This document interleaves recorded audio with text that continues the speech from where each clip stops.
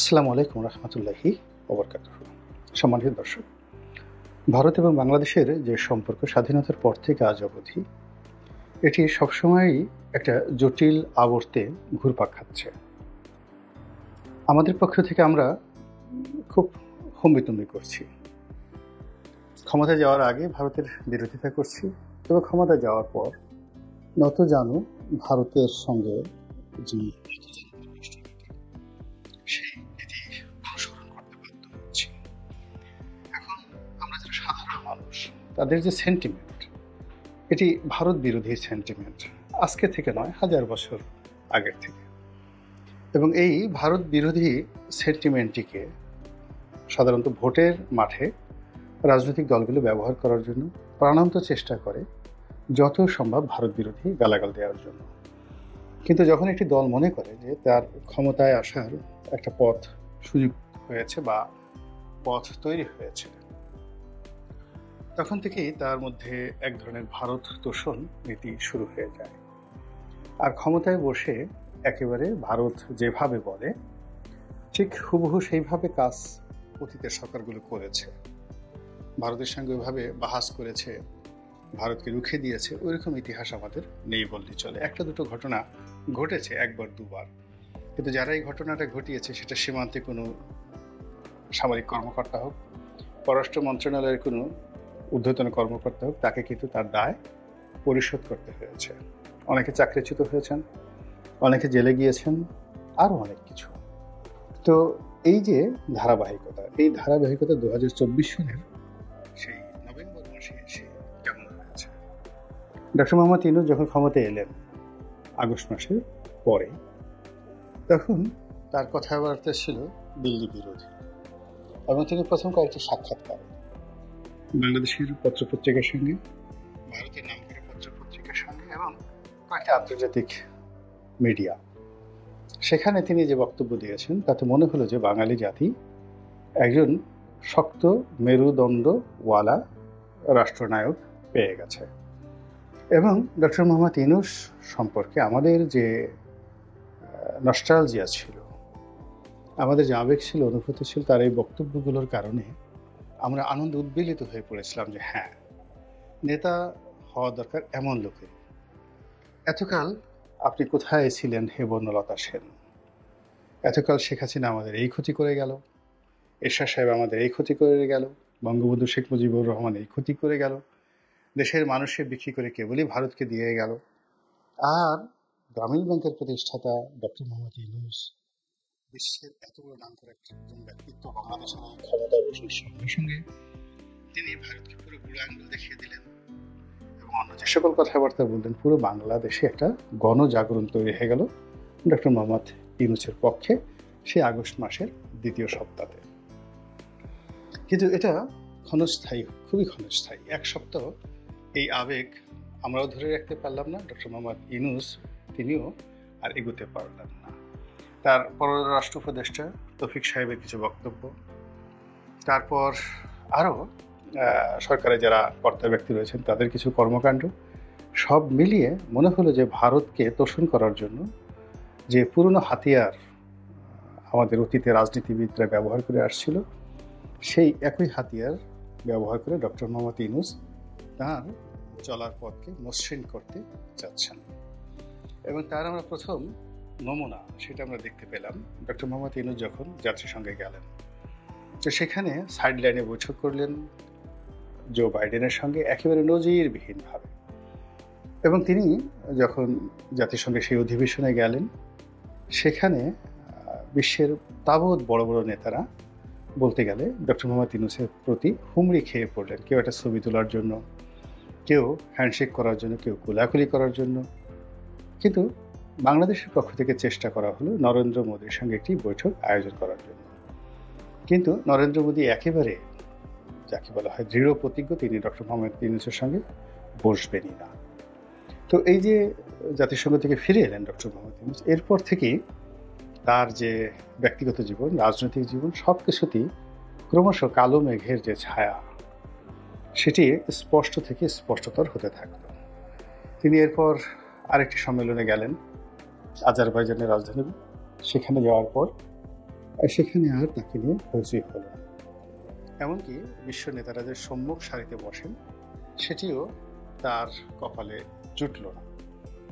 এরপর তিনি বাংলাদেশে আসার পর একটার পর একটা রাজনৈতিক সংকট, প্রাকৃতিক বিপর্যয়, এরপর রাজনৈতিক অবিশ্বাস, প্রশাসনিক ব্যর্থতা এবং সরকারের বিভিন্ন প্রতিষ্ঠানের সঙ্গে একটির সঙ্গে অন্যটির হুড়োহুড়ি, মারামারি, কাটাকাটি, এরপর রাজনৈতিক দলগুলোর মধ্যে বিভেদ, বিসংবাদ, আর অন্যদিকে সেই যে ইসকন নামক একটি হিন্দু জাতীয়তাবাদী প্রতিষ্ঠান, যেটি কিনা আন্তর্জাতিকভাবে আমেরিকাতে রেজিস্টার্ড এবং আন্তর্জাতিকভাবে খুবই প্রভাবশালী একটি প্রতিষ্ঠান, এই প্রতিষ্ঠানটির সঙ্গে যে কোনো কারণে দেখা গেল ডক্টর মোহাম্মদ ইউনূসের সরকারের সম্পর্ক নষ্ট হয়ে গেল।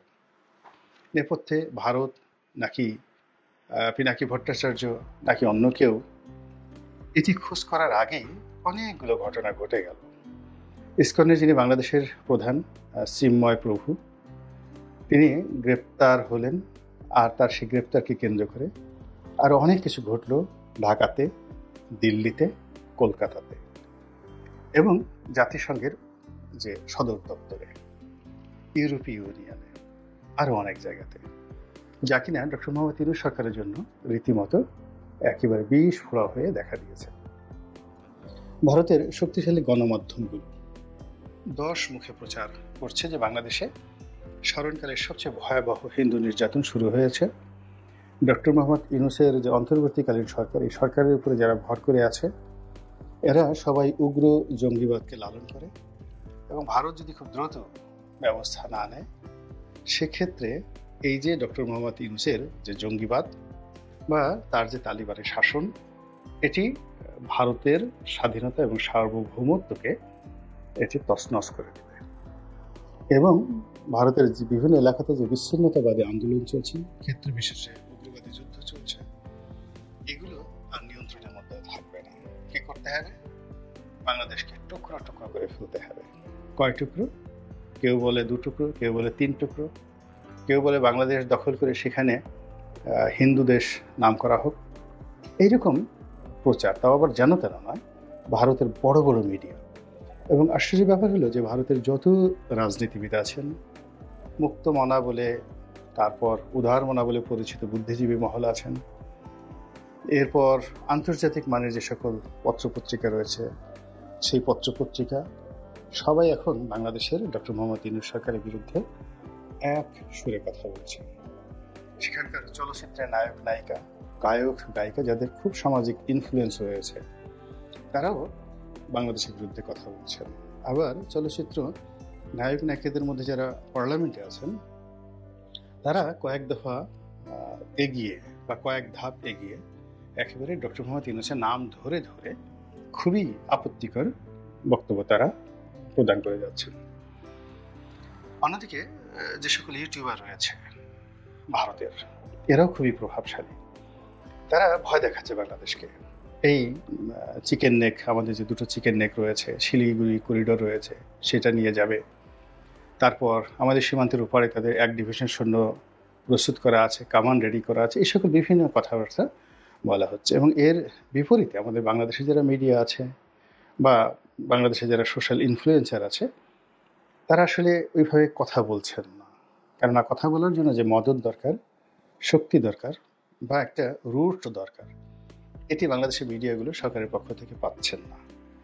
আর অন্যদিকে ভারতে যারা প্রচার প্রপাগান্ডা করছেন, তারা অমিত শাহ থেকে শুরু করে নরেন্দ্র মোদী, রাজ্য সরকার থেকে শুরু করে, ইসকন থেকে শুরু করে আরও অনেক দেশি এবং আন্তর্জাতিক চক্রের কাছ থেকে একেবারে অকণ্ঠ সমর্থন পেয়ে যাচ্ছেন।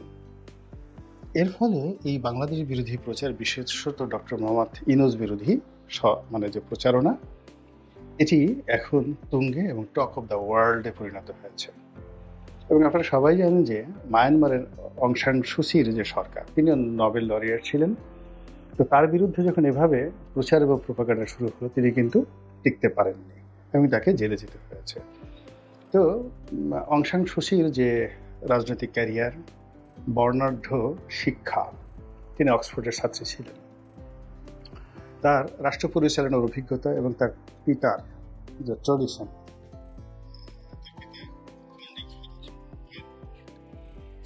সেই জেনারেল নেওয়াইনের কন্যার যদি অবস্থা হয়, বাংলাদেশে ডক্টর মোহাম্মদ ইউনূসের কি হতে পারে, এটা নিয়ে এখন অনেকে ক্যালকুলেশন করছেন। এদিকে ডক্টর মোহাম্মদ ইউনূসকে যারা প্রোটেক্ট করবেন, তার পক্ষে যারা কথা বলবেন, মুখপাত্র, বিশেষ করে তথ্য উপদেষ্টা কথা বলবেন বা তথ্যমন্ত্রী কথা বলবেন, আসিফ নজরুল সাহেব কথা বলবেন, অন্যান্য মাহফুজ যারা আছেন মাস্টার মাইন্ড তারা কথা বলবেন, প্রথম আলো বলবে, ডেইলি স্টার বলবে, কিন্তু সবার মুখে মনে হয় যেন বজ্রপাত হয়েছে। আবার কেউ কেউ নিজেরাই নিজেদের কাপড় চোপড় বা ধুতি সামলানোর জন্য রীতিমতো ব্যস্ত হয়ে পড়েছে। প্রথম আলোর অফিসে আগুন লাগানোর চেষ্টা হচ্ছে, অনেক অফিস ভেঙে দেওয়া হয়েছে, ডেইলি স্টারের অফিস বন্ধ করার জন্য অনেক কিছু করা হচ্ছে। এখন তারা ইয়ানফসি নিজেরা বাঁচবে না ইনুসু বলবে, এটি নিয়ে প্রথম আলো ডেইলি স্টার সিদ্ধান্ত নিতে পারছে না। আসিফ নজরুলের একটা মিডিয়া ভ্যালু আছে, তো তিনি কিছু হয়তো বলতেন, কিন্তু তার সেই বক্তব্য এখন কেউ খাবে না। তিনি যথেষ্ট সমালোচনার মুখে পড়েছেন তার ব্যক্তিগত জীবন কর্ম নিয়ে। বিএনপি বলেন, জামাত বলেন, ইউটিউবাররা বলেন, পিনাকি ভট্টাচার্য বলেন, ইলিয়াস হোসেন বলেন, সকলে এক যুগে এমনভাবে তার বিরুদ্ধে লেগেছেন, এখন এই লোকটি তাকে হারপিক খেয়ে বা ইঁদুরের বিষ খেয়ে মরা ছাড়া এখন তার আর অন্য কোনো উপায় নেই। আর তিনি যদি এখন ডক্টর মোহাম্মদ ইউনূসের পক্ষে বলেন, ভারতের বিপক্ষে বলেন, ওটা রীতিমতো আরও হিতে বিপরীত হয়ে যাবে। ফলে বেচারা ডক্টর মোহাম্মদ ইউনূস তার প্রায় ৮৬-৮৭ বছর বয়সে তিনি এখন উদাস নয়নে তাকিয়ে আছেন। আর ভারতের এই যে বহুমুখী তার যে প্রচার এবং প্রোপাগান্ডা এবং তাকে হটানোর জন্য যে মাস্টার প্ল্যান ভারত নিয়েছে, জলে, স্থলে, অন্তরিক্ষে, দেশে, দেশের বাইরে, তো এই যে চক্রান্ত, সেই চক্রান্ত তিনি কত দিন বা কতক্ষণ বা কত সময় মোকাবেলা করতে পারবেন, সেটাই এখন দেখার বিষয়। মহান আল্লাহ রাব্বুল আলামিন আমাদের সবাইকে হেদায়েত দান করুন এবং হেফাজত করুন।